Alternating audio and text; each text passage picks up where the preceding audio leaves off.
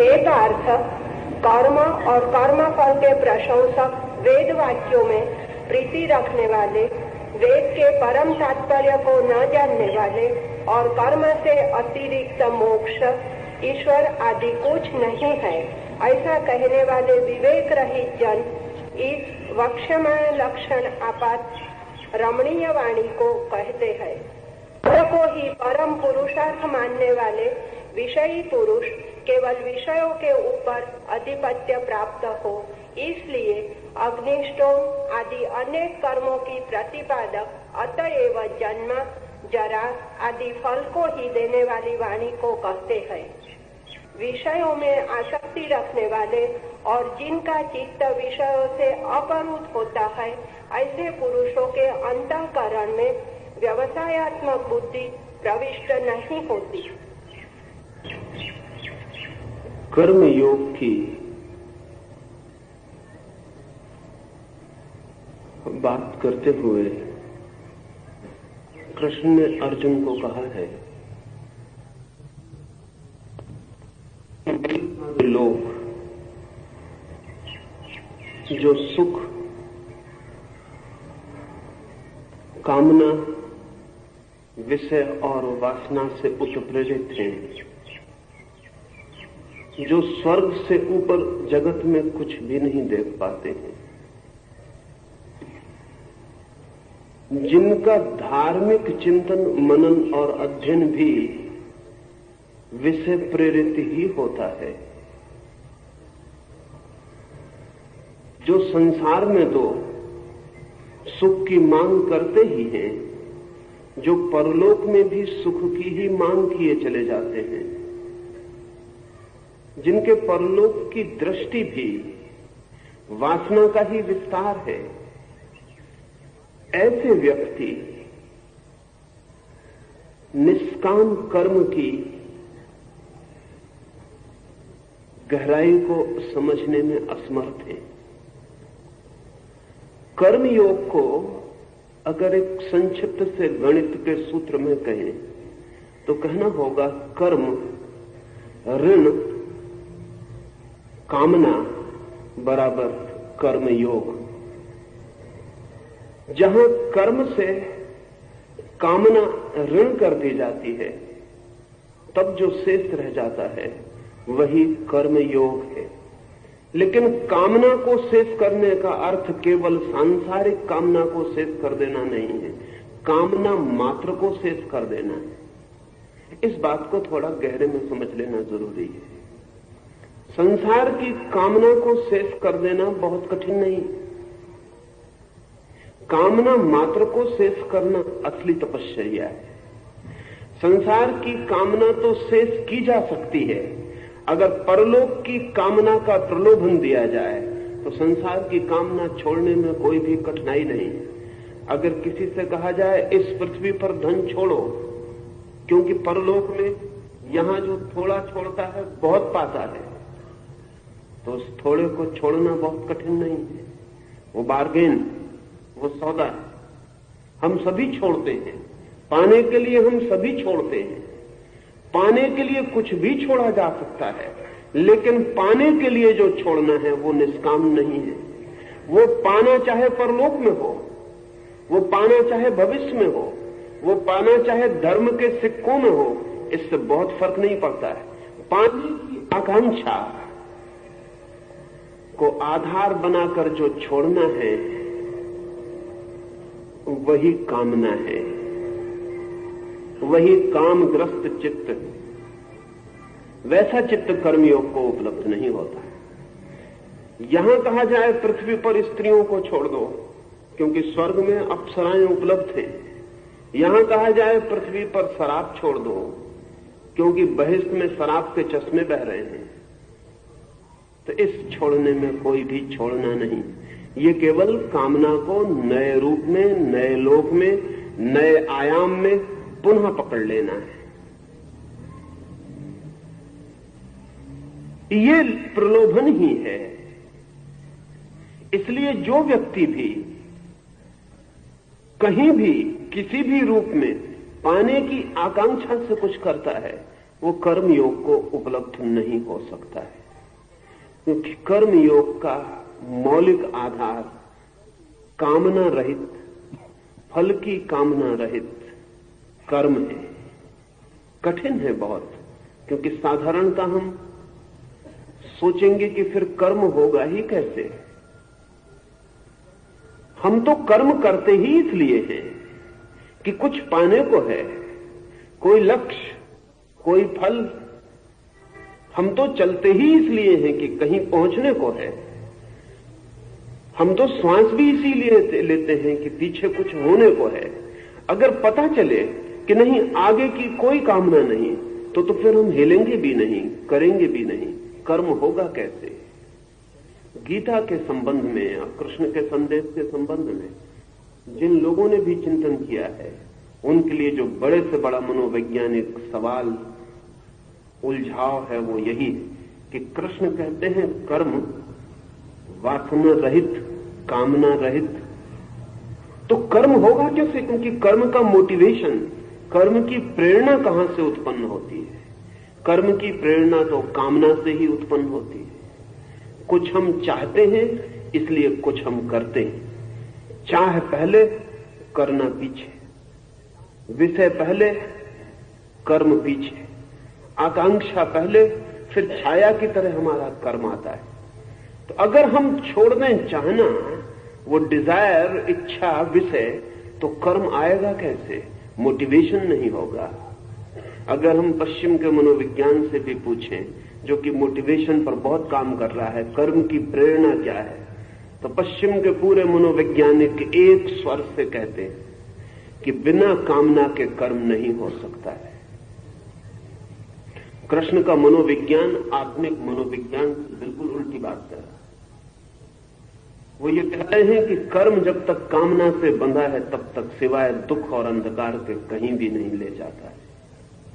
जिस दिन कर्म कामना से मुक्त होता है, परलोक की कामना से भी, स्वर्ग की कामना से भी, जिस दिन कर्म शुद्ध होता है, प्योर एक्ट हो जाता है, जिसमें कोई चाहे की जरा भी विशुद्धि नहीं होती, उस दिन ही कर्म निष्काम है और योग बन जाता है। और वैसा कर्म स्वयं में मुक्ति है। वैसे कर्म के लिए किसी मोक्ष की आगे कोई जरूरत नहीं है। वैसे कर्म का कोई मोक्ष भविष्य में नहीं है। वैसा कर्म अभी और यहीं, हियर एंड नाउ, मुक्ति है। वैसा कर्म मुक्ति है। वैसे कर्म का मुक्ति फल नहीं है, वैसे कर्म की निजता ही मुक्ति। इसे थोड़ा समझ लेना जरूरी है, क्योंकि आगे बार बार उसके इर्द गिर्द बात घूमेगी और कृष्ण के संदेश के बुनियाद में वो बात छिपी है। क्या कर्म हो सकता है बिना कामना के? क्या बिना चाहे के हम कुछ कर सकते हैं? तो फिर प्रेरणा कहां से उपलब्ध होगी? वो स्रोत कहां से आएगा? वो शक्ति कहां से आएगी जो हमें खींचे और कर्म में संयुक्त कर दे? जिस जगत में हम जीते हैं और जिस कर्मों के जाल से हम अब तक परिचित रहे हैं, उसमें शायद ही एकाध ऐसा कर्म हो जो अनमोटिवेटेड, शायद ही। अगर कभी ऐसा कोई कर्म भी दिखाई पड़ता हो जो अनमोटिवेटेड मालूम होता है, जिसमें आगे कोई मोटिव, जिसमें आगे कोई पाने की आकांक्षा नहीं होती, उसमें भी थोड़ा भीतर खोजेंगे तो मिल जाएगी। रास्ते पर आप चल रहे हैं, आपके आगे कोई है, उसका छाता गिर गया, आप उठा के दे देते हैं, अनमोटिवेटेड। उठाते वक्त आप ये भी नहीं सोचते कि क्या फल, क्या उपलब्धि, क्या मिलेगा। नहीं, ये सोच नहीं होता। छाता गिरा, आपने उठाया, दे दिया, दिखाई पड़ता है अनमोटिवेटेड है, क्योंकि न घर से सोच के चले थे कि किसी का छाता गिरेगा तो उठाएंगे। छाता गिरा, उसके एक क्षण पहले तक छाता उठाने की कोई भी योजना मन में न थी। छाता गिरा और छाता उठाने के बीच भी कोई चाह दिखाई नहीं पड़ती है, लेकिन फिर भी मनोविज्ञान कहेगा अनकॉन्शियस मोटिवेशन है, अगर छाता देने के बाद वो आदमी धन्यवाद न दे तो दुख होगा। छाता दबा ले और चल पड़े तो आप चौंकन्ने से खड़े रह जाएंगे कि कैसा आदमी, धन्यवाद भी नहीं। अगर पीछे इतना भी स्मरण आता है कि कैसा आदमी है, धन्यवाद भी नहीं, तो मोटिवेशन हो गया।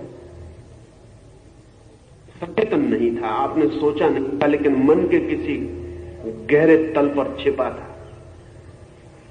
अब पीछे से हम कह सकते हैं कि धन्यवाद पाने के लिए छाता उठाया था।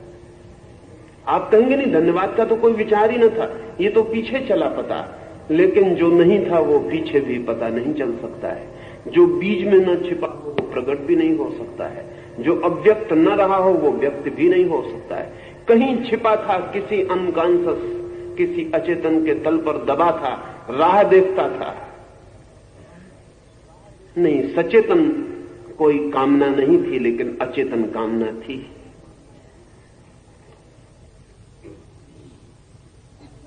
जीवन में ऐसे कुछ हमें मालूम पड़ते हैं जहां लगता है अनमोटिवेटेड, निष्काम कोई कृत्य घटित हो गया है, लेकिन उसे भी पीछे से लौट कर देखें तो लगता है कामना कहीं छिपी थी।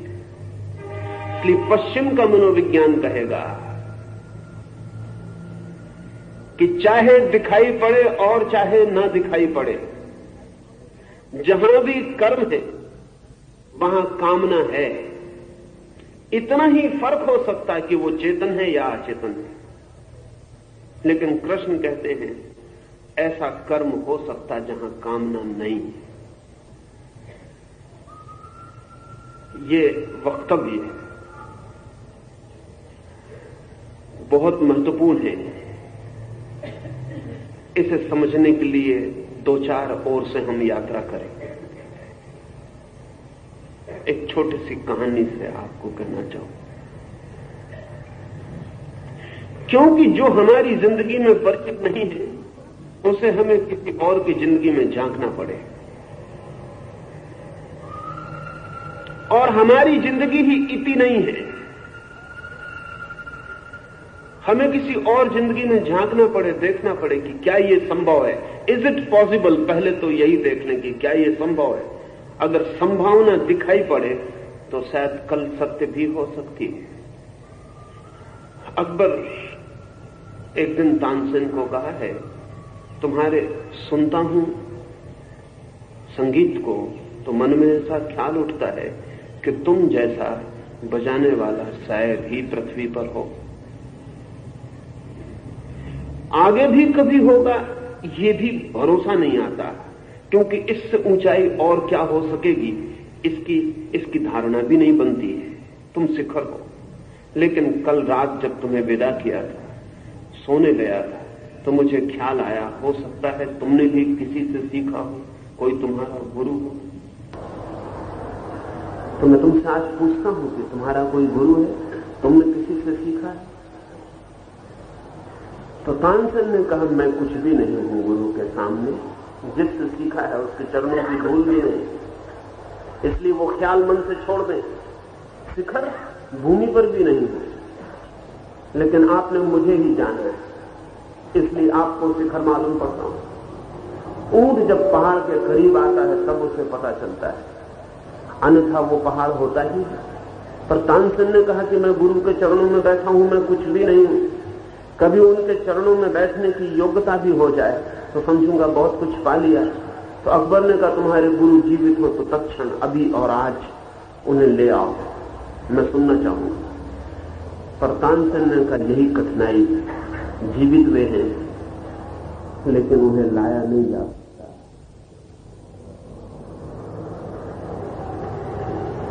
अकबर ने कहा, जो भी भेंट करनी हो तैयारी है, जो भी इच्छा हो देंगे, तुम जो कहो वही देंगे।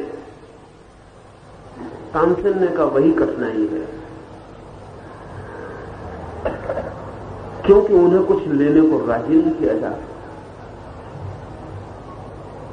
क्योंकि वो कुछ लेने का प्रश्न ही नहीं है। अकबर ने कहा, कुछ लेने का प्रश्न नहीं, तो क्या उपाय किया जाए? तानसेन ने कहा, कोई उपाय नहीं, आपको ही चलना पड़ेगा। तो उन्होंने कहा मैं अभी चलने को तैयार हूं। पर तानसेन ने कहा अभी चलने से भी कोई साथ नहीं, क्योंकि कहने से वो बजाएंगे ऐसा नहीं, जब वो बजाते हैं तब कोई सुन ले बात और।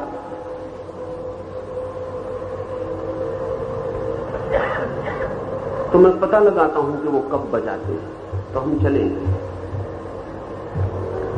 पता चला हरिदास फकीर उसके गुरु थे, वो यमुना के किनारे रहते थे। पता चला रात 3 बजे उठ के वो बजाते हैं, नाचते हैं। तो शायद ही दुनिया के किसी अकबर की हैसियत के सम्राट ने 3 बजे रात चोरी से किसी संगीतज्ञ को सुना हो।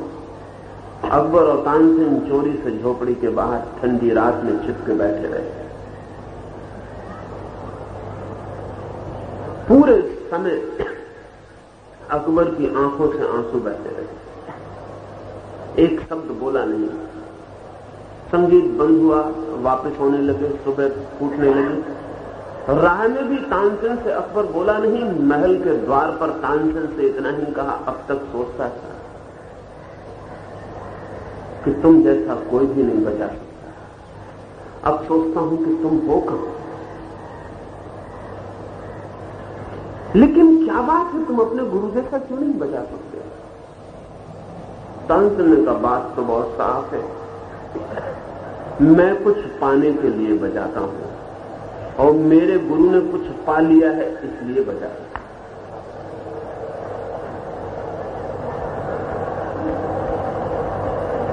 मेरे बजाने के आगे कुछ लक्ष्य है जो मुझे मिले, उसमें मेरे प्राण, इसलिए बजाने में मेरे प्राण पूरे कभी नहीं हो सकते। बजाने में मैं सदा अधूरा हूं, अंश।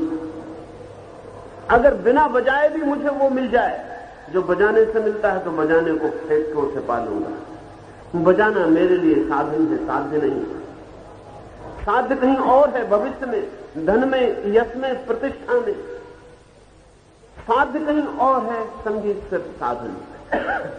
साधन कभी आत्मा नहीं बन पाती, साध्य में ही आत्मा अटकी होती है। अगर साध्य बिना साधन के मिल जाए तो साधन को छोड़ दूं अभी, लेकिन नहीं मिलता साधन के बिना, इसलिए साधन को खींचता हूं। लेकिन दृष्टि और प्राण और आकांक्षा और सब घूमता है साध्य के निकट। लेकिन जिनको आप सुन के आ रहे हैं, संगीत उनके लिए कुछ पाने का साधन नहीं, आगे कुछ भी नहीं है जिसे पाने को वे बजा रहे हैं, बल्कि पीछे कुछ है जिससे उनका संगीत फूट रहा है और बज रहा है। कुछ पा लिया है, कुछ भर गया है, वो बह रहा है। कोई अनुभूति, कोई सत्य, कोई परमात्मा प्राणों में भर गया है, अब वो बह रहा है, ओवरफ्लोइंग है। अकबर बार बार पूछने लगा किस लिए, किस लिए? स्वभाव था हम भी पूछते किस लिए, पर तानसेन ने कहा नदियां किस लिए बह रही हैं, फूल किस लिए खिल रहे हैं, सूर्य किस लिए निकल रहा है, किस लिए मनुष्य की बुद्धि ने पैदा किया है। सारा जगत ओवरफ्लोइंग है आदमी को छोड़कर। सारा जगत आगे के लिए नहीं जी रहा है, सारा जगत भीतर से जी रहा है। फूल खिल रहा है, खिलने में ही आनंद है। सूर्य निकल रहा है, निकलने में ही आनंद है। हवाएं बह रही हैं, बहने में ही आनंद है। आकाश है, होने में ही आनंद है। आनंद आगे नहीं, अभी है, यही है। और जो हो रहा है वो भीतर की ऊर्जा से अकारण बहाव है, अनमोटिवेटेड एक्ट, जिस पर कि कृष्ण का सारा कर्मयोग खड़ा होगा। वो जीवन को भविष्य की तरफ से पकड़ना नहीं, वो जीवन को आकांक्षा की तरफ से खींचना नहीं, वरन व्यक्ति के भीतर छिपा जो अव्यक्त है उसकी ओवरफ्लोइंग, उसका ऊपर से बह जाना है। कृत्य जिस दिन आपके जीवन ऊर्जा की ओवरफ्लोइंग है, ऊपर से बह जाना है, उस दिन निष्काम है। और जब तक भविष्य के लिए किसी कारण से बहना है, तब तक सकाम है। सकाम कर्म योग नहीं है, निष्काम कर्म योग है। इससे कोई फर्क नहीं पड़ता कि वो कामना भविष्य की, स्वर्ग की, मोक्ष की, परमात्मा की, इससे कोई फर्क नहीं पड़ता। अगर एक व्यक्ति मंदिर में भजन गा रहा है और इस भजन में भी इतनी कामना है कि ईश्वर को पालूं, तो ये भजन व्यर्थ हो गया, ये भजन योग ना रहा। ईश्वर को पाने की कामना भी कामना ही है, और कामना से कभी ईश्वर पाया नहीं जाता। ईश्वर तो निष्कामना में उपलब्ध है। अगर भजन में इतनी भी कामना है कि ईश्वर को पालूं, तो भजन व्यर्थ हुआ।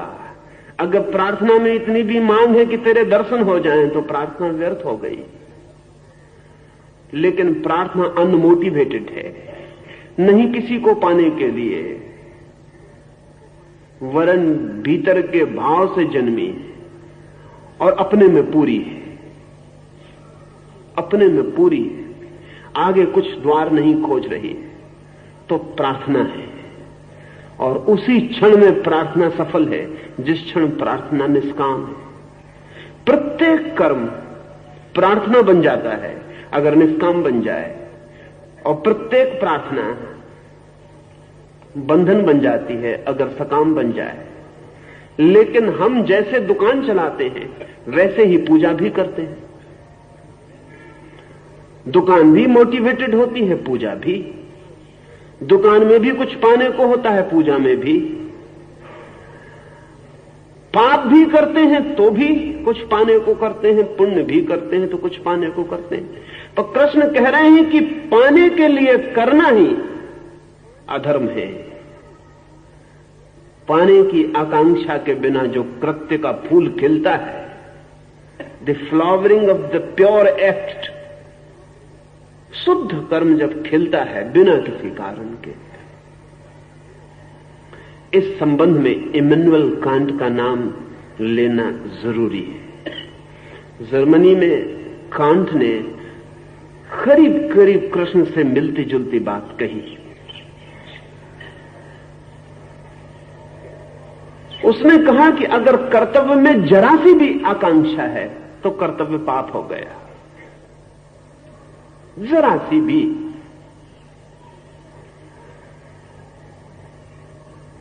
कर्तव्य तभी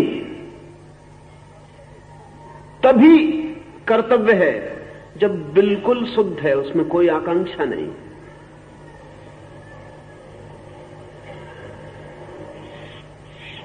ये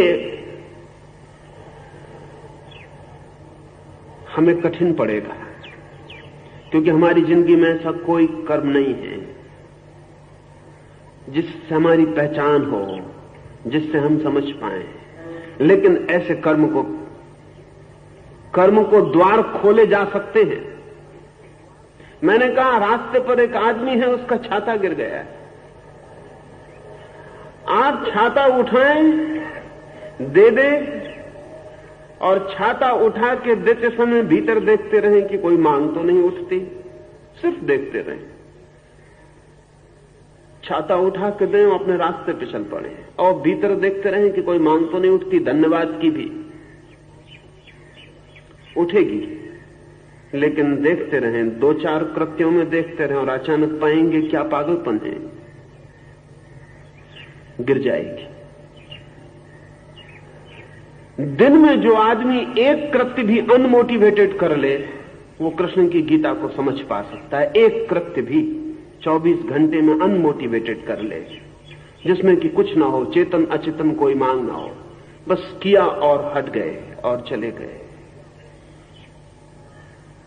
तो कृष्ण की गीता को और कृष्ण के कर्मयोग को समझने का मार्ग खुल जाए।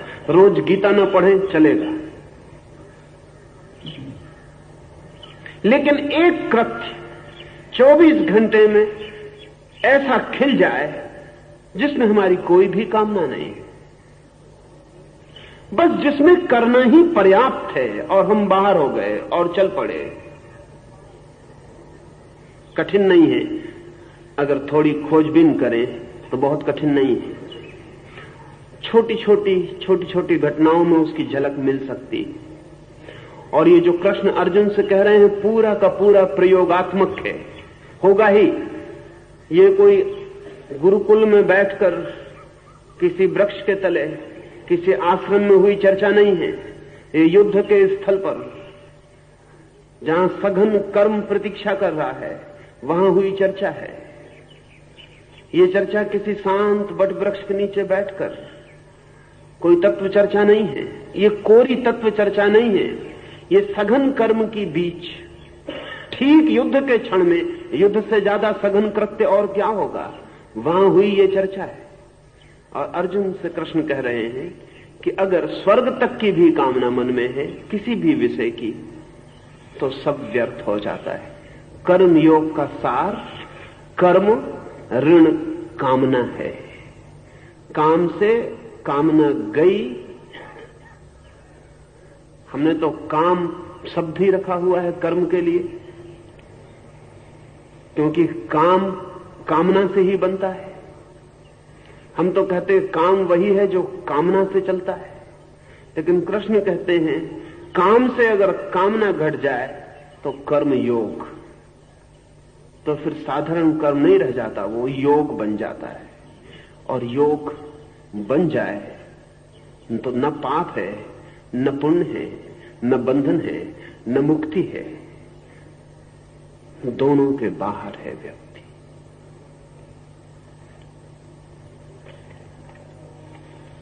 त्रैगुण्य विषया वेदा निस्त्रैगुण्यो भवार्जुन निर्द्वन्द्वो नित्यसत्त्वस्थः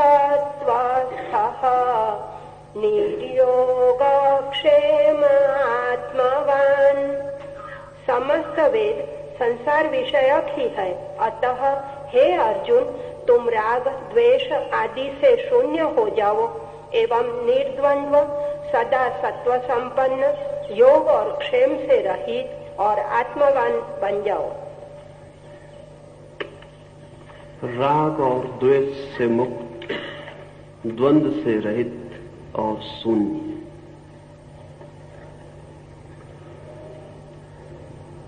राग और द्वेष से मुक्त, दो में से एक पर होना सदा आसान है। राग में होना आसान है, विराग में भी होना आसान है। विराग द्वेष, धन को पकड़ना आसान है, धन को त्यागना आसान है। पकड़ना राग है, त्यागना द्वेष। राग और द्वेष दोनों से मुक्त हो जाओ, शून्य हो जाओ, रिक्त हो जाओ, तो जिसे महावीर ने वीतरागता कही है, उसे उपलब्ध होता है व्यक्ति। द्वंद्व में चुनाव आसान है, चुनाव रहित होना कठिन है। चॉइस आसान है, चॉइस लेसनेस कठिन है। कहें मन को कि इसे चुनते हैं तो मन कहता है ठीक, कहें मन को इसके विपरीत चुनते हैं तो भी मन कहता है ठीक। चुनो जरूर, क्योंकि जहां तक चुनाव है वहां तक मन जी सकता है।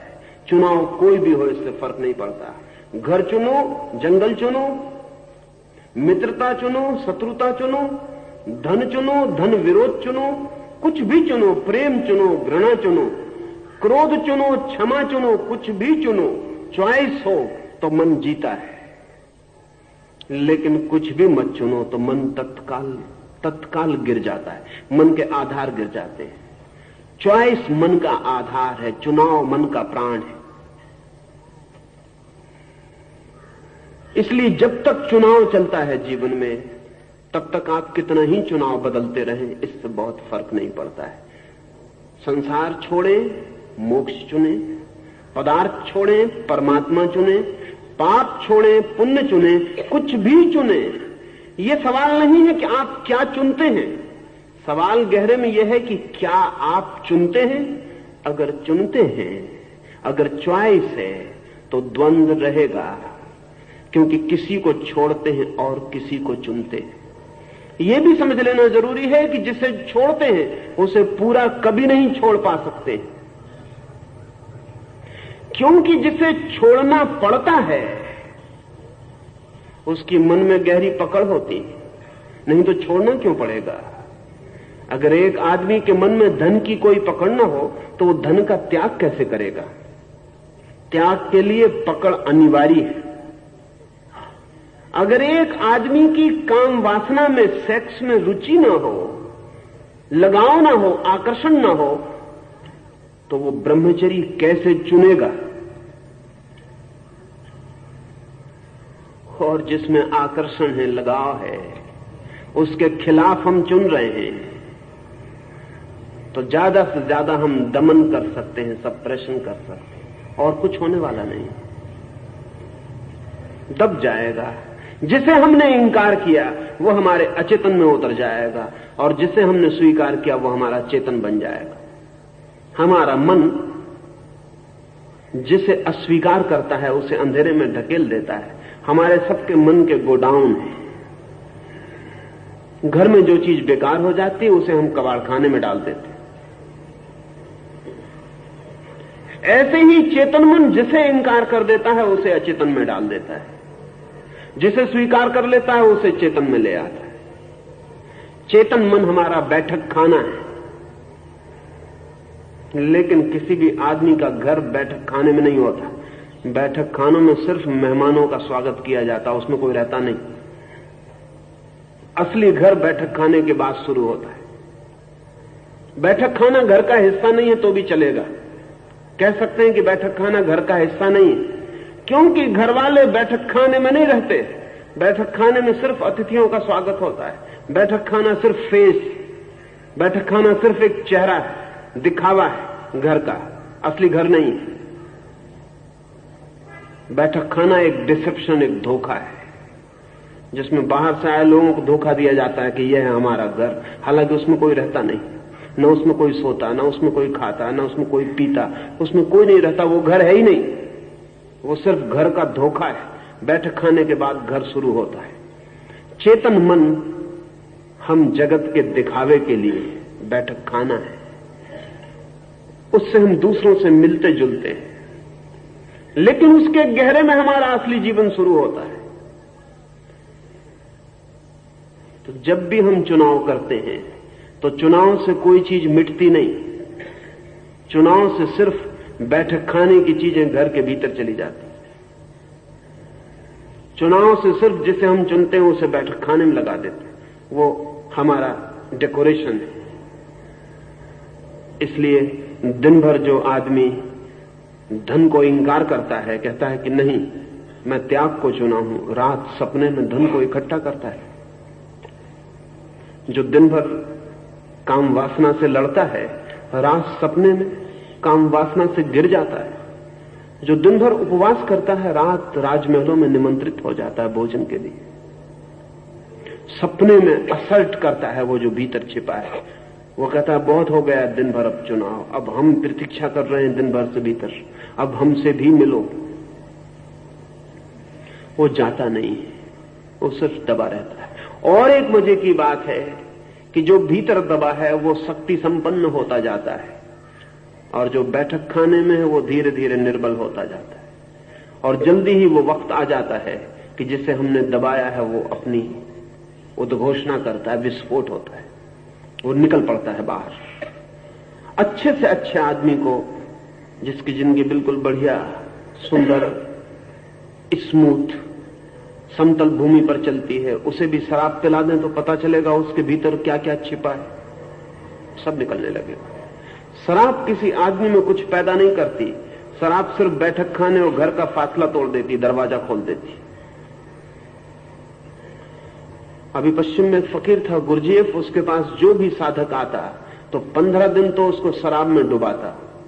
कैसा पागल आदमी होगा, नहीं समझदार था। क्योंकि वो ये कहता कि जब तक मैं उसे न देख लूं जिसे तुमने दबाया है, तब तक मैं तुम्हारे साथ कुछ भी काम नहीं कर सकता। क्योंकि तुम क्या कह रहे हो वो भरोसे का नहीं है। तुम्हारे भीतर क्या पड़ा है वही जान लेना जरूरी है। तो एकदम शराब पिलाता 15 दिन, इतना डुबा देता शराब में, उस आदमी का असली चेहरा खोजता कि भीतर कौन कौन छिपा है, किस किस को दबाया है, तुम्हारी च्वाइस ने क्या क्या किया है, इसे जानना जरूरी है, तभी रूपांतरण हो सकता है। कई लोग तो भाग जाते कि हम ये बर्दाश्त नहीं कर सकते, लेकिन गुरुजीएफ कहता है कि 15 दिन तो जब तक मैं तुम्हें शराब में न डुबा लूं, जब तक मैं तुम्हारे भीतरी घर में न झांक लूं कि तुमने क्या क्या दबा रखा है, तब तक मैं तुमसे बात भी नहीं करूंगा। क्योंकि तुम जो कहते हो उसको सुन के अगर मैं तुम्हारे साथ मेहनत करूं तो मेहनत व्यर्थ चली जाएगी। क्योंकि तुम जो कहते हो पक्का नहीं है कि तुम वही हो, भीतर तुम कुछ और हो सकते हो। और अंतिम निष्कर्ष पर तुम्हारे जो भीतर पड़ा है वही निर्णायक है। इसलिए कृष्ण कहते हैं चुनना मत, क्योंकि चुनाव किया कि भीतर गया हो। जिसे तुमने छोड़ा दबाया वो अंदर गया, और जिसे तुमने उभारा और स्वीकारा वो ऊपर आया। बस इससे ज्यादा फर्क नहीं पड़ेगा, द्वंद बना ही रहेगा। और द्वंद क्या है, कॉन्फ्लिक्ट क्या है? द्वंद एक ही है, चेतन और अचेतन का द्वंद है। आपने कसम ली है क्रोध नहीं करेंगे, कसम आपकी चेतन मन में, कॉन्शियस माइंड में रहेगी, और क्रोध की ताकतें अचेतन मन में रहेंगी।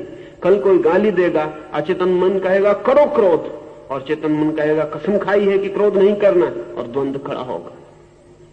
लड़ोगे भीतर, और ध्यान रहे जब भी लड़ाई होगी तो अचेतन जीतेगा। इमरजेंसी में हमेशा अचेतन जीतेगा। बेकाम समय में चेतन जीतता हुआ दिखाई पड़ेगा, काम के समय में अचेतन जीतेगा। क्यों? क्योंकि मनोविज्ञान की अधिकतम खोजें इस नतीजे पर हैं कि चेतन मन हमारे मन का एक हिस्सा है। अगर हम मन के 10 हिस्से करें तो एक हिस्सा चेतन और 9 हिस्सा अचेतन। 9 गुनी ताकत है उसकी। तो वो जो 9 गुनी ताकत वाला मन है वो प्रतीक्षा करता है कि कोई हर्जा नहीं। सुबह जब गीता का पाठ करते हो तब कोई फिक्र नहीं, कसम खाओ कि क्रोध नहीं करेंगे। मंदिर जब जाते हो तब कोई फिक्र नहीं, मंदिर कोई जिंदगी है, कहो कि क्रोध नहीं करेंगे। देख लेंगे दुकान पर, देख लेंगे घर में। जब मौका आएगा असली तब एकदम चेतन हट जाता और अचेतन हमला बोल देता। इसलिए तो हम कहते हैं क्रोध करने के बाद आदमी कहता है कि पता नहीं कैसे मैंने क्रोध कर लिया, मेरे बावजूद, इन स्पाइट ऑफ मी, मेरे बावजूद क्रोध हो गया। लेकिन आपके बावजूद क्रोध कैसे हो सकता है? निश्चित ही आपने अपने ही किसी गहरे हिस्से को इतना दबाया है कि उसको आप दूसरा समझने लगे हैं कि वो और है। वो हमला बोल देता है, जब वक्त आता है वो हमला बोल देता है।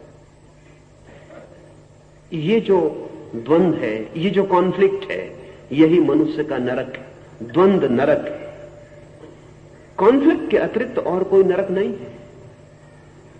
और हम इसको बढ़ाए चले जाते हैं, जितना हम चुनते जाते हैं बढ़ाए चले जाते हैं। तो कृष्ण इस सूत्र में कहते हैं राग और द्वेष से, द्वंद से, कॉन्फ्लिक्ट से जो बाहर हो जाता है, जो चुनाव के बाहर हो जाता है, वही जीवन के परम सत्य को जान पाता है। और जो द्वंद के भीतर घिरा रहता है वो सिर्फ जीवन के नरक को ही जान पाता है। इस द्वंद अतीत वीतरागता में ही निष्काम कर्म का फूल खिल सकता है।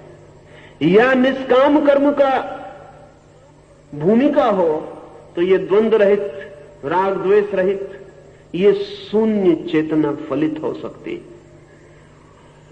चेतना जब शून्य होती है तभी शुद्ध होती है। ये शून्य का कृष्ण का कहना, चेतना जब शून्य होती तभी शुद्ध होती, जब शुद्ध होती तब शून्य ही होती। करीब करीब ऐसा समझें कि एक दर्पण, दर्पण कब शुद्धतम होता है? जब दर्पण में कुछ भी नहीं प्रतिफलित होता, जब दर्पण में कोई तस्वीर नहीं बनती। जब तक दर्पण में तस्वीर बनती तब तक कुछ फॉरेन, कुछ विजातीय दर्पण पर छाया रहता है। जब तक दर्पण पे कोई तस्वीर बनती तब तक दर्पण सिर्फ दर्पण नहीं होता, कुछ और भी होता है। एक तस्वीर निकलती है, दूसरी बन जाती है, दूसरी निकलती है, तीसरी बन जाती है। दर्पण पर कुछ बहता रहता है। लेकिन जब कोई तस्वीर नहीं बनती, जब दर्पण सिर्फ दर्पण ही होता है, तब शून्य होता है।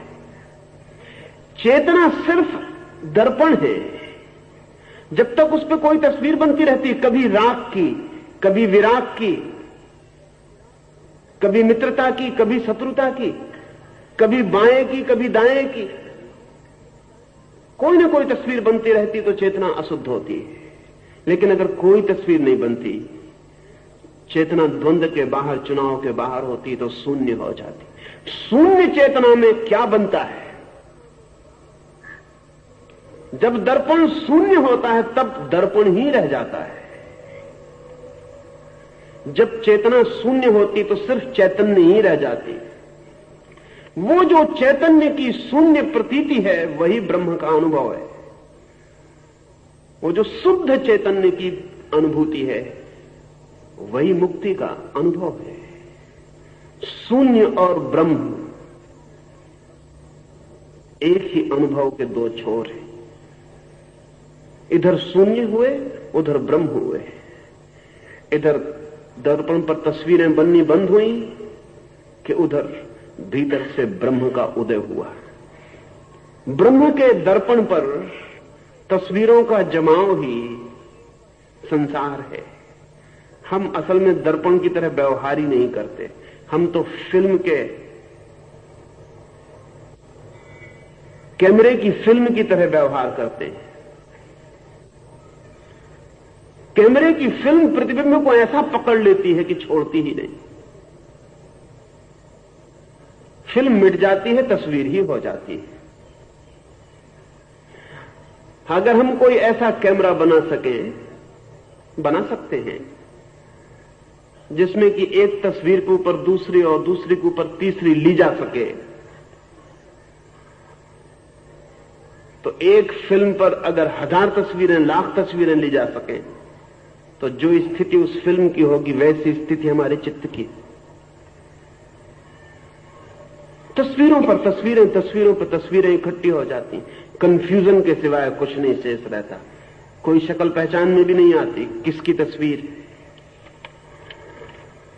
कुछ पता भी नहीं चलता कि क्या है। एक नाइट मेरिस, एक दुख स्वप्न जैसा चित्त हो जाता है। दर्पण तो फिर भी बेहतर है। एक तस्वीर बनती है, मिट जाती, तब दूसरी बनती है। हमारा चित्त ऐसा दर्पण है जो तस्वीरों को पकड़ता ही चला जाता है, इकट्ठा करता चला जाता है। तस्वीरें ही तस्वीरें रह जाती हैं।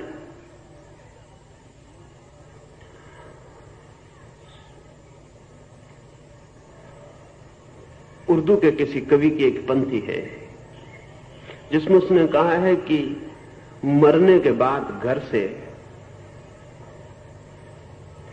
बस कुछ तस्वीरें ही निकली।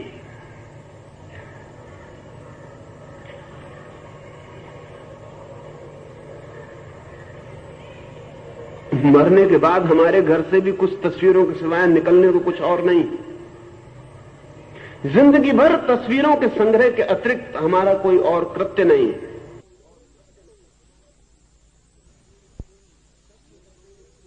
कृष्ण कहते हैं शून्य निर्द्वंद चित्त, छोड़ो तस्वीरों को, जानो दर्पण को, मत करो चुनाव, क्योंकि चुनाव किया कि पकड़ा, पकड़ो ही मत, नो क्लिंगिंग, रह जाओ वही जो हो।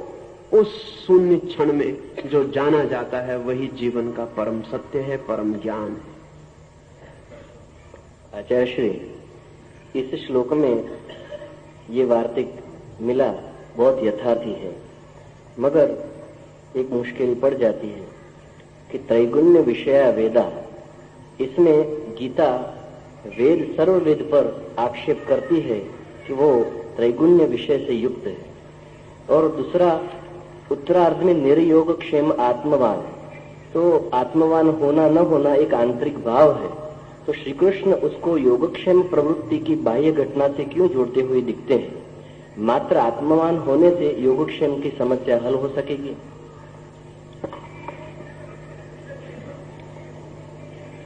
कृष्ण कहते हैं समस्त वेद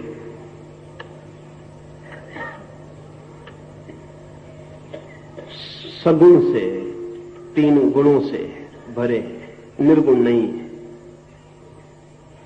शब्द निर्गुण नहीं हो सकता, वेद ही नहीं, कृष्ण का शब्द भी निर्गुण नहीं हो सकता। और जब वे कहते हैं समस्त वेद, तो उसका मतलब है समस्त शास्त्र, उसका मतलब है समस्त वचन, उसका मतलब है समस्त ज्ञान जो कहा गया वो कभी भी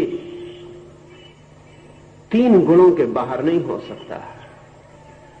इसे ऐसा समझें कि जो भी अभिव्यक्त है वो गुण के बाहर नहीं हो सकता, सिर्फ अव्यक्त, अनभिव्यक्त, अनमैनिफेस्टेड निर्गुण हो सकता है। व्यक्त तो सदा ही सगुण होगा। असल में व्यक्त होने के लिए गुण का सहारा लेना पड़ता है। व्यक्त होने के लिए गुण की रूपरेखा लेनी पड़ती। व्यक्त होने के लिए गुण का माध्यम चुनना पड़ता है। जैसे ही कुछ व्यक्त होगा कि गुण की सीमा में प्रवेश कर जाएगा। वेद का अर्थ है व्यक्त ज्ञान, वेद का अर्थ है शब्द में सत्य। जब सत्य को शब्द में रखेंगे तब सत्य की असीमता शेष न रह जाएगी, वो सीमित हो जाएगा। कितना ही बड़ा शब्द हो तो भी सत्य को पूरा न घेर पाएगा, क्योंकि सत्य को पूरा घेरा नहीं जा सकता। कितनी ही बड़ी प्रतिमा हो तो भी परमात्मा को पूरा न घेर पाएगी, क्योंकि परमात्मा को पूरा घेरा नहीं जा सकता।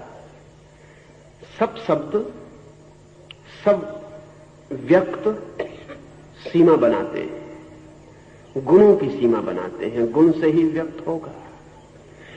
एक बीज में वृक्ष निर्गुण हो सकता है, निराकार हो सकता है, अभी कोई आकार नहीं, लेकिन जब बीज फूटेगा और प्रकट होगा तो वृक्ष आकार ले लेगा। तो जहां वो कह रहे हैं वेद के संबंध में, वो समस्त वक्तव्य के संबंध में कही गई बात है। उसमें गीता भी समाहित हो गई। तो ऐसा नहीं है कि गीता वेद की कोई उपेक्षा कर रही है। वेद में भी ऐसे वचन हैं जो कहेंगे शब्द से उसे नहीं कहा जा सकता। समस्त शास्त्रों की गहरी से गहरी कठिनाई यही है कि शास्त्र उसी को कहने की चेष्टा में संलग्न है जो नहीं कहा जा सकता है। शास्त्र उसी को बताने में संलग्न है जिसे बताने के लिए कोई उपाय नहीं है। शास्त्र उसी दिशा में इंगित कर रहे हैं जो अदिशा है, जो दिशा नहीं है, नो डायमेंशन। अगर मुझे वृक्ष बताना हो तो मैं इशारा कर दूं कि वो रहा, अगर मुझे तारा बताना हो तो बता दूं कि वो रहा, लेकिन अगर मुझे परमात्मा बताना हो तो उंगली से नहीं बताया जा सकता, मुट्ठी बांध के बताना पड़ेगा और कहना पड़ेगा यह रहा, क्योंकि उंगली तो समवेयर कहीं बताएगी और जो एवरीवेयर है उसे उंगली से नहीं बताया जा सकता। उंगली से बताने में भूल हो जाने वाली है, क्योंकि उंगली तो कहीं इशारा करती है, उसको बाकी जगह भी तो वही है। नानक गए मक्का, सो गए रात, पुजारी बहुत नाराज हुए, नानक को पकड़ा और कहा कि बड़े मूढ़ मालूम पड़ते हो, पवित्र मंदिर की तरफ, परमात्मा की तरफ पैर करके सोते हो। तो नानक ने कहा कि मैं बड़ी मुसीबत में था, मैं भी बहुत सोचा, कोई उपाय नहीं मिला, तुम्ही को मैं स्वतंत्रता देता हूं, तुम मेरे पैर उस तरफ कर दो जहां परमात्मा ना हो। फिर पुजारी मुश्किल में पड़े होंगे। पुजारी हमेशा नानक जैसे आदमी से मिल जाए तो मुश्किल में पड़ता है, क्योंकि पुजारी को धर्म का कोई पता नहीं होता। पुजारी को धर्म का कोई पता ही नहीं होता, उसे मंदिर का पता होता है। मंदिर की सीमा है, मुश्किल में डाल दिया। वही सवाल है नानक का। नानक कहते मेरे पैर उस तरफ कर दो जहां परमात्मा ना हो, मैं राजी। कहां करें पैर? कहीं भी करेंगे परमात्मा तो होगा, मंदिर नहीं होगा, काबा नहीं होगा, परमात्मा तो होगा। तो फिर काबा में जो परमात्मा है वो उसी परमात्मा से समतुल नहीं हो सकता जो सब जगह है।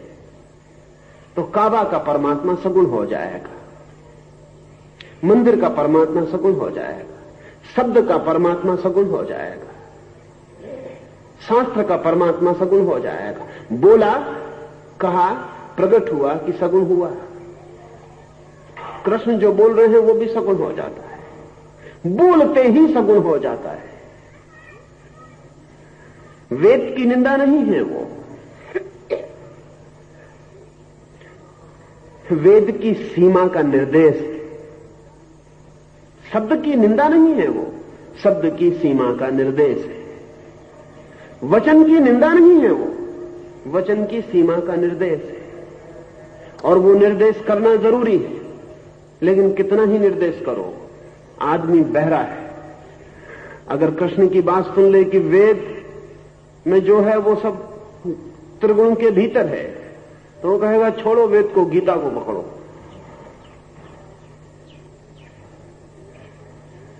क्योंकि वेद में तो निर्गुण निराकार नहीं है, छोड़ो, छोटा हो गया वेद, गीता को पकड़ो। लेकिन समझ ही नहीं पाया वो।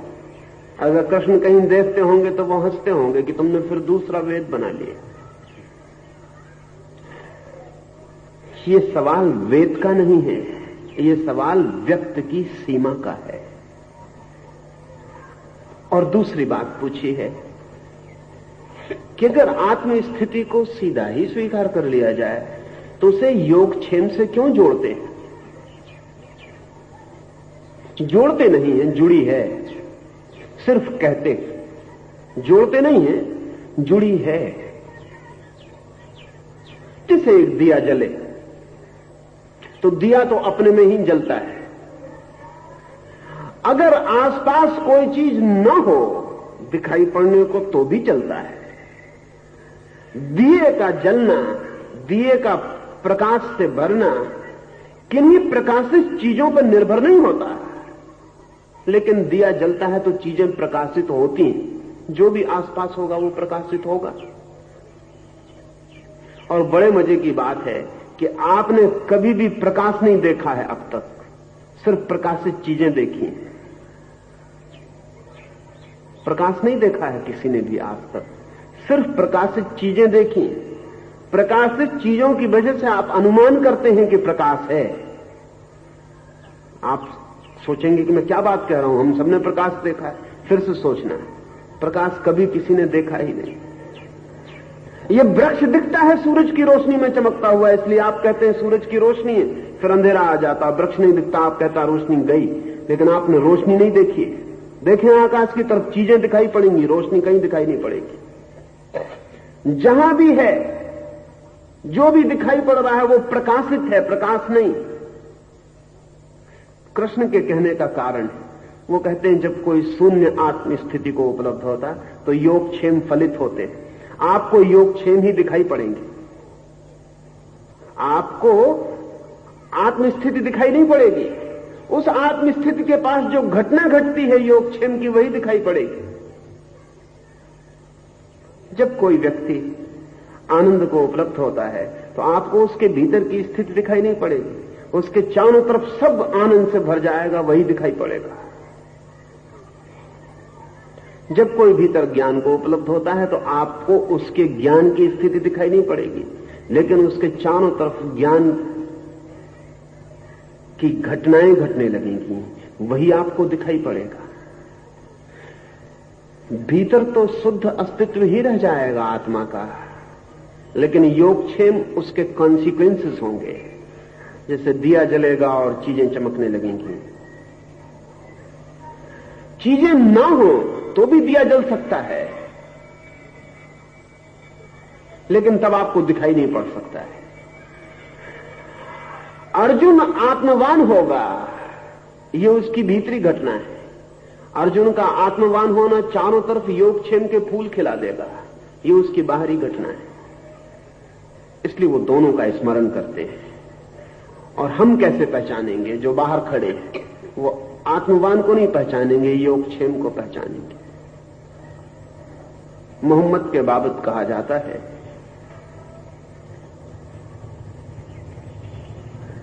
कि मोहम्मद जहां भी चलते तो उनके ऊपर आकाश में एक बदली चलती, साथ छाया करती।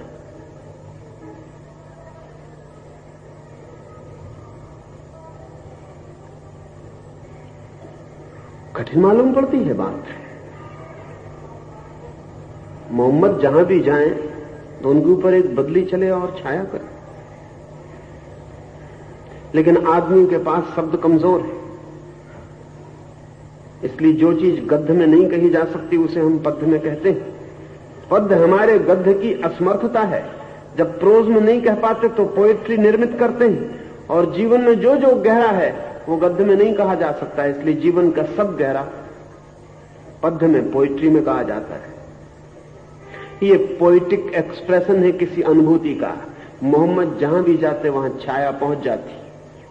मोहम्मद जहां भी जाते वहां आसपास के लोगों को ऐसा लगता जैसे रेगिस्तान मरुस्थल के आदमी को लगेगा कि जैसे ऊपर कोई बादल आ गया और सब छाया हो गई। मोहम्मद जहां होते वहां योगक्षेम फलित होता।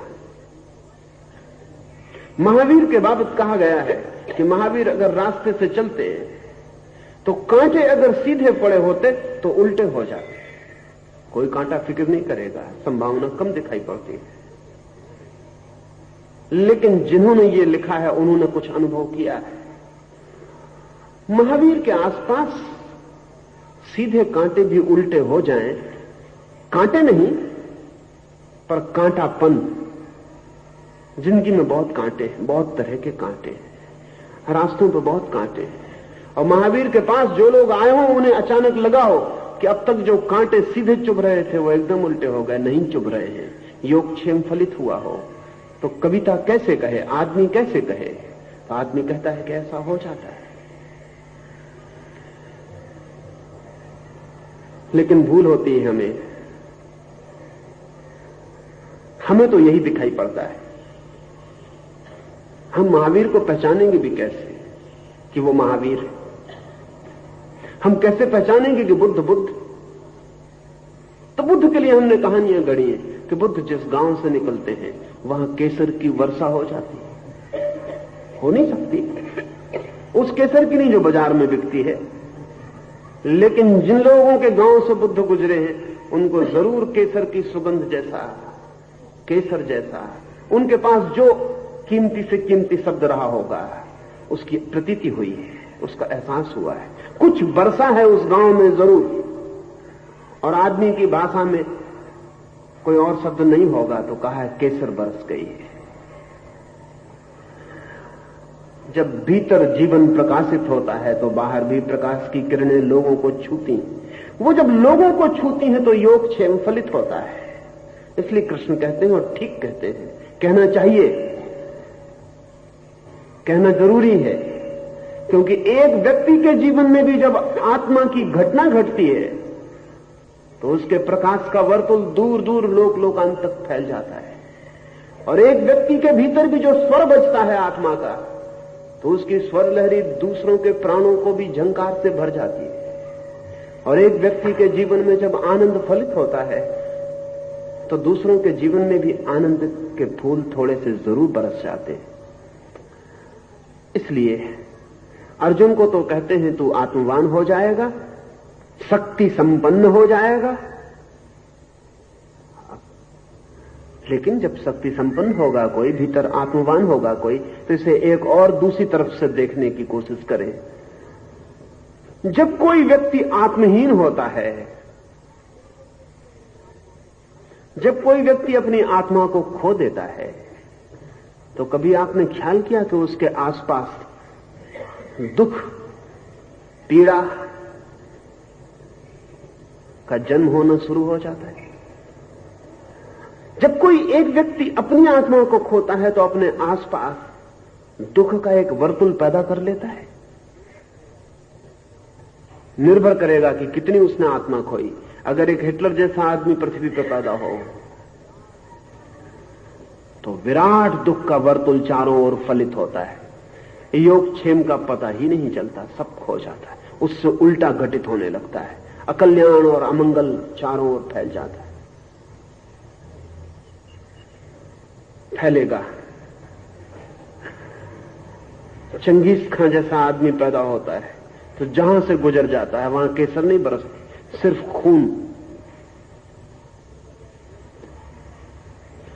खून ही बह जाता है।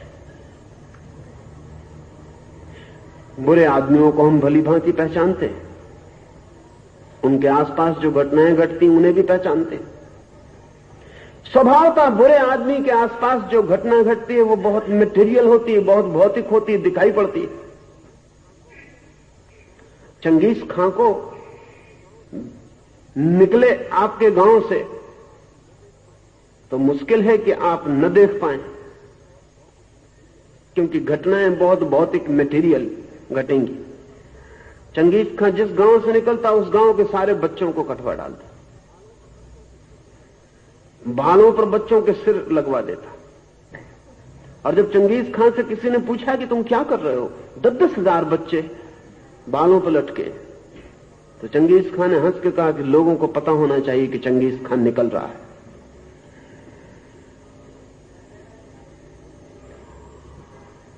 बुद्ध भी निकलते हैं किसी गांव से, कृष्ण भी निकलते हैं किसी गांव से, जीसस भी निकलते हैं किसी गांव से। घटनाएं इमैटेरियल घटती हैं, घटनाएं मटेरियल नहीं होती, इसलिए जिनके पास थोड़ी संवेदनशील चेतना है वे ही पकड़ पाते हैं। जिनके पास थोड़ा संवेदन से भरा हुआ मन है, जो रिस्पॉन्सिव है, वे ही पकड़ पाते हैं। उसमें जो पकड़ में आता है उसको कृष्ण कह रहे हैं योगक्षेम। वो जो पकड़ पाते हैं उनको पता लगता है कि सब बदल गया, हवा और हो गई, आकाश और हो गया, सब और हो गया। ये जो सब और हो जाने का अनुभव है, इस अनुभव को कृष्ण कह रहे हैं योगक्षेम। उसे स्मरण दिलाना उचित है। एक बात और ख्याल में लेनी जरूरी है कि वो कह रहे हैं तू शक्ति संपन्न हो जाएगा। असल में मनुष्य तब तक शक्ति संपन्न होता ही नहीं जब तक स्वयं होता है, तब तक वो शक्ति विपन्न ही होता है। असल में स्वयं होना, अहंकार केंद्रित होना, दीन होने की रामबाण व्यवस्था है। जितना मैं अहंकार से भरा हूं, जितना मैं हूं, उतना ही मैं दीन हूं। जितना मेरा अहंकार छूटता और मैं आत्मवान होता हूं, जितना ही मैं मिटता उतना ही मैं सर्व से एक होता हूं। तब शक्ति मेरी ही नहीं, ब्रह्म की हो जाती है। तब मेरे हाथ मुझसे नहीं चलते, ब्रह्म से चलते हैं। तब मेरी वाणी मुझसे नहीं बोलती, ब्रह्म से बोलती है। तब मेरा उठना बैठना मेरा नहीं, उसका ही हो जाता है स्वभावतः। उससे बड़ी और शक्ति संपन्नता क्या होगी? जिस दिन व्यक्ति अपने को समर्पित कर देता सर्व के लिए, उस दिन सर्व की सारी शक्ति उसकी अपनी हो जाती है। उस दिन होता है वो शक्ति संपन्न। शक्ति यहां पावर का प्रतीक नहीं है। शक्ति उस अर्थों में नहीं जैसा किसी पद पर पहुंच के कोई आदमी शक्तिशाली हो जाता है, कि कोई आदमी कल तक सड़क पर था फिर मिनिस्टर हो गया तो शक्तिशाली हो गया।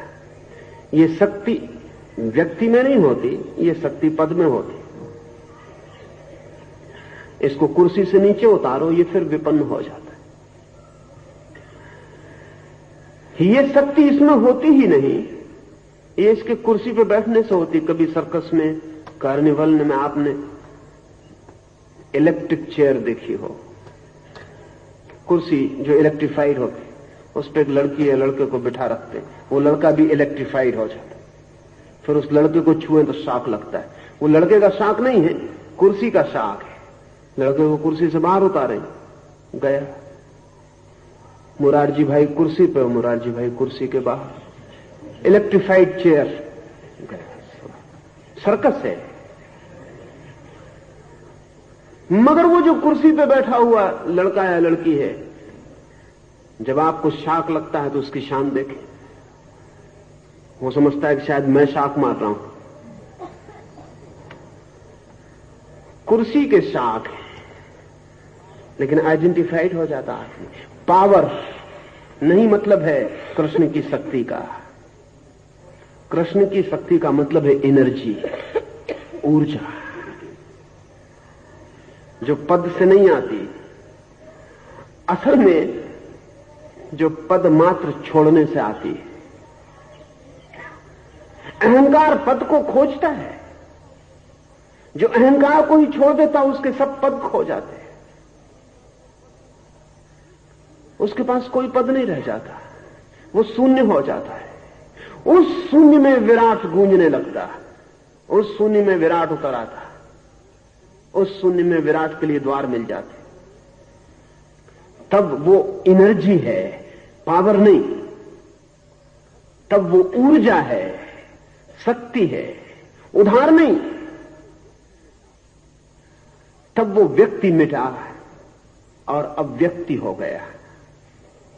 तब व्यक्ति नहीं है, परमात्मा है। और ऐसी स्थिति से वापस लौटना नहीं होता। ध्यान रखें, पावर से वापस लौटना होता है, पद से वापस लौटना होता है, धन से वापस लौटना होता है। जो शक्ति भी किसी कारण से मिलती है और अहंकार की खोज से मिलती है, उससे लौटना होता है। लेकिन जो शक्ति अहंकार को खोकर मिलती है वो पॉइंट ऑफ नो रिटर्न है, उससे वापस लौटना नहीं होता। इसलिए एक बार व्यक्ति परमात्मा की शक्ति को जान लेता, एक हो जाता, वो सदा के लिए शक्ति संपन्न हो जाता। शायद ये कहना ठीक नहीं है कि शक्ति संपन्न हो जाता, उचित यही होगा कि वो शक्ति संपन्नता हो जाता है। शक्ति संपन्न हो जाता तो ऐसा ख्याल बनता है कि वो भी बचता है। नहीं, ये कहना ठीक नहीं है कि वो शक्ति संपन्न हो जाता, यही कहना ठीक है कि वो शक्ति हो जाता। और ऐसी शक्ति अगर पद की है, धन की है, तो योगक्षेम फलित नहीं होंगे। ऐसी शक्ति अगर परमात्मा की है तो योगक्षेम फलित होंगे। इसलिए भी योगक्षेम की बात कर लेनी उचित है, क्योंकि ऐसी शक्तियां भी हैं जिनसे योगक्षेम से उल्टा फलित होता है। पावर पॉलिटिक्स है सारी दुनिया में।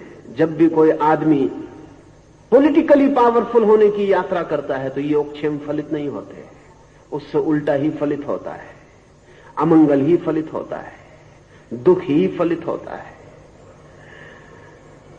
तो शक्ति का ये स्मरण रहे, भेद ख्याल में रहे।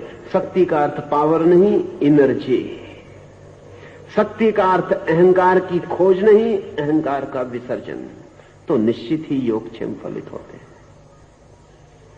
यावन अर्थ उदपाने सर्वता संप्लुतोदके तावान् सर्वेषु वेदेषु ब्राह्मणस्य विजानतः।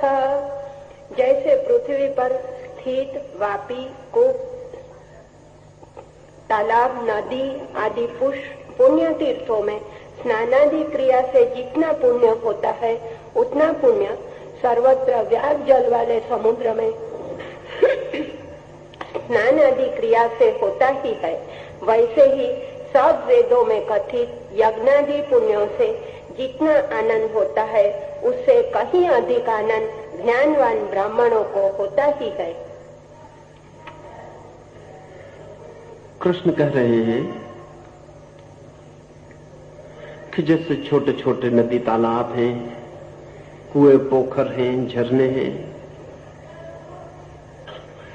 इन झरनों में नहाने से जो आनंद होता है, जो सुचिता मिलती है, ऐसी सुचिता तो सागर में नहाने से मिल ही जाती है, अनेक गुणा होकर। शब्दों के पोखर में, शास्त्रों के पोखर में जो मिलता है उससे अनेक गुना ज्ञान के सागर में मिल ही जाता है। वेद में जो मिलेगा, संहिता में, शास्त्र में, शब्द में, वो ज्ञानी को ज्ञान में तो अनंत गुना होकर मिल ही जाता है।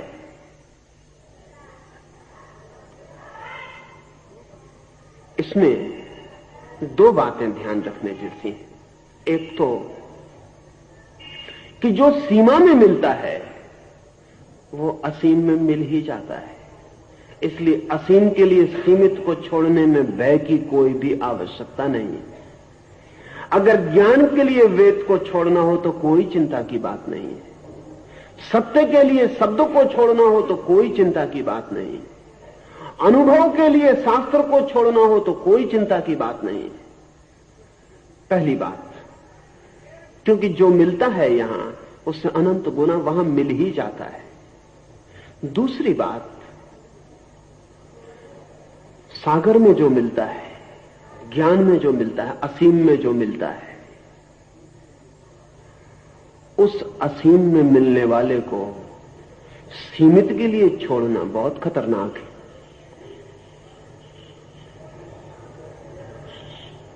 अपने घर के कुएं के लिए सागर को छोड़ना बहुत खतरनाक है। माना कि घर का कुआं है, अपना है, बचपन से जाना परिचित है, फिर भी कुआं है। घरों में कुएं से ज्यादा सागर हो भी नहीं सकते। सागरों तक जाना हो तो घरों को छोड़ना पड़ता है, घरों में कुएं ही हो सकते हैं। हम सबके अपने अपने घर हैं, अपने अपने वेद हैं, अपने अपने शास्त्र हैं, अपने अपने धर्म हैं, अपने अपने संप्रदाय हैं, अपने अपने मोहग्रस्त शब्द हैं। हम सबका अपना अपना, कोई मुसलमान है, कोई हिंदू है, कोई ईसाई है, सबके अपने वेद। कोई इस मूर्ति का पूजक, कोई उस मूर्ति का पूजक, कोई इस मंत्र का भक्त, कोई उस मंत्र का भक्त है, सबके अपने अपने कुएं हैं। कृष्ण यहां कह रहे हैं इनके लिए सागर को छोड़ना खतरनाक। हां, इससे उल्टा वाइस वर्षा हो सकता। सागर के लिए इनको छोड़ने में कोई भी हर्ज नहीं है, क्योंकि जो इनमें मिलेगा वो अनंत गुना होकर सागर में मिल ही जाता है। इसलिए वो व्यक्ति अभागा है जो अपने घर के कुओं के लिए बाइबल, कुरान, वेद, गीता भी, गीता कृष्ण ने उल्लेख नहीं किया कैसे करते, क्योंकि जो वो कह रहे थे वही गीता बनने वाला था, गीता तब तक थी नहीं। मैं उल्लेख करता हूं, गीता भी जो इनमें मिलता है इससे अनंत गुना होकर ज्ञान में मिल ही जाता है। इसलिए जो इनके लिए, ज्ञान के लिए रुकावट बनाए, इनके लिए, इनके पक्ष में ज्ञान को छोड़े, वो अभागा है। लेकिन जो ज्ञान के लिए इन सबको छोड़ दे वो सौभाग्यशाली है, क्योंकि जो इनमें मिलेगा वो ज्ञान में मिल ही जाने वाला है। लेकिन क्या मतलब? ज्ञान का और वेद का, ज्ञान का और शास्त्र का फासला क्या है? भेद क्या है? गहरा फासला है। जो जानते हैं उन्हें बहुत स्पष्ट दिखाई पड़ता है, जो नहीं जानते उन्हें दिखाई पड़ना बहुत मुश्किल हो जाता है। क्योंकि किन्हीं भी दो चीजों के फासला जानने के लिए दोनों चीजों को जानना जरूरी है। जो एक ही चीज को जानता है दूसरे को जानता ही नहीं, फासला कैसे निर्मित करे, कैसे तय करे? हम शास्त्र को ही जानते हैं, इसलिए हम जो फासले निर्मित करते हैं ज्यादा से ज्यादा दो शास्त्रों के बीच करते हैं। हम कहते हैं कुरान या बाइबल, वेद की गीता, कि महावीर, की बुद्ध, कि जीसस, की जरथुस्त्र। हम जो फासले तय करते हैं वो फासले ज्ञान और शास्त्र के बीच नहीं होते, शास्त्र और शास्त्र के बीच होते, क्योंकि हम शास्त्रों को जानते हैं। असली फासला शास्त्र और शास्त्र के बीच नहीं है, असली फासला शास्त्रों और ज्ञान के बीच। उस दिशा में थोड़ी सी बातें सूचक ख्याल ले लेनी चाहिए। ज्ञान वो है जो कभी भी अनुभव के बिना नहीं होता है। ज्ञान यानी अनुभव, और अनुभव तो सदा अपना ही होता है, दूसरे का नहीं होता। अनुभव यानी अपना। शास्त्र भी अनुभव है, लेकिन दूसरे का। शास्त्र भी ज्ञान है, लेकिन दूसरे का। ज्ञान भी ज्ञान है, लेकिन अपना। मैं अपनी आंख से देखता हूं, ये ज्ञान है, मैं अंधा हूं। आप देखते हैं और मुझे कहते हैं ये शास्त्र। नहीं कि आप गलत कहते हैं, ऐसा नहीं कि आप गलत ही कहते हैं, लेकिन आप कहते हैं, आप देखते हैं। आप जो आंख से करते हैं वो मैं कान से कर रहा हूं। फर्क पड़ने वाला है। कान आंख का काम नहीं कर सकता। इसलिए शास्त्र के जो पुराने नाम हैं वो बहुत बढ़िया है।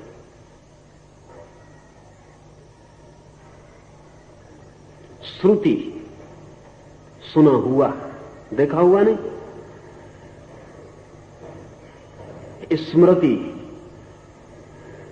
सुना हुआ, स्मरण किया हुआ, याद किया हुआ, मेमोराइज्ड, जाना हुआ नहीं।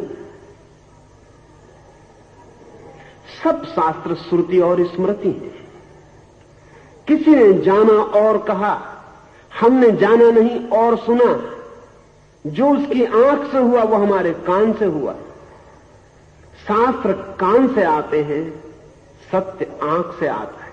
सत्य दर्शन है, शास्त्र श्रुति है। दूसरे का अनुभव, कुछ भी उपाय करूं मैं, मेरा अनुभव नहीं है। हां, दूसरे का अनुभव उपयोगी हो सकता है। इसी अर्थ में उपयोगी हो सकता है। इस अर्थ में नहीं कि मैं उस पर भरोसा कर लूं, विश्वास कर लूं, अंध श्रद्धालु हो जाऊं।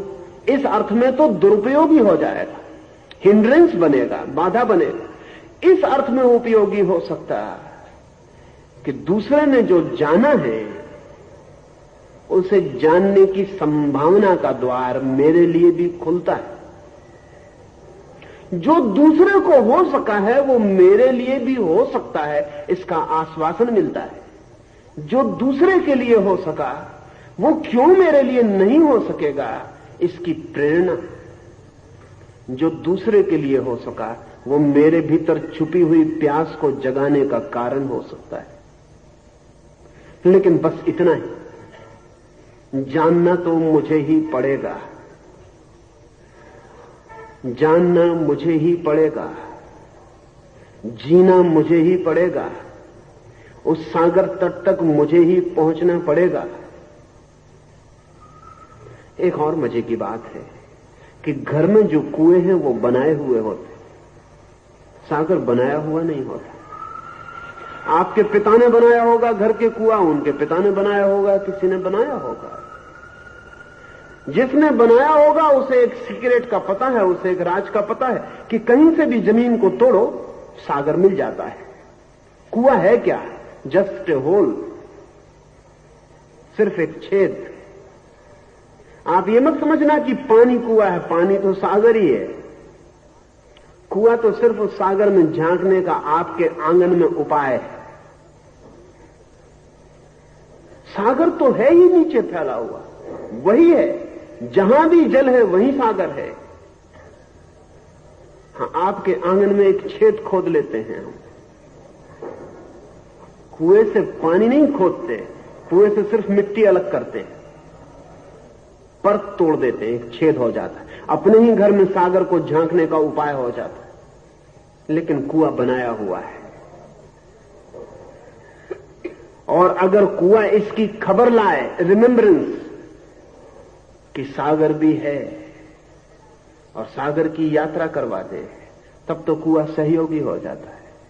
और अगर कुआं ही सागर बन जाए और हम सोचें यही रहा सागर, तो फिर सागर की असीम की यात्रा नहीं हो पाती। फिर हम कुएं के किनारे ही बैठे समाप्त होते हैं। शास्त्र कुएं हैं जो जानते हैं खोदते हैं और शब्द की सीमा में छेद बनाते हैं।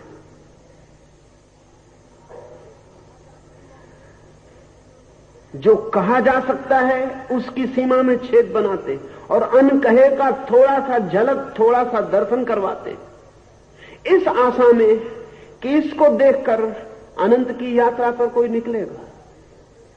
इसलिए नहीं कि इसे देखकर कोई बैठ जाएगा और तृप्त हो जाएगा।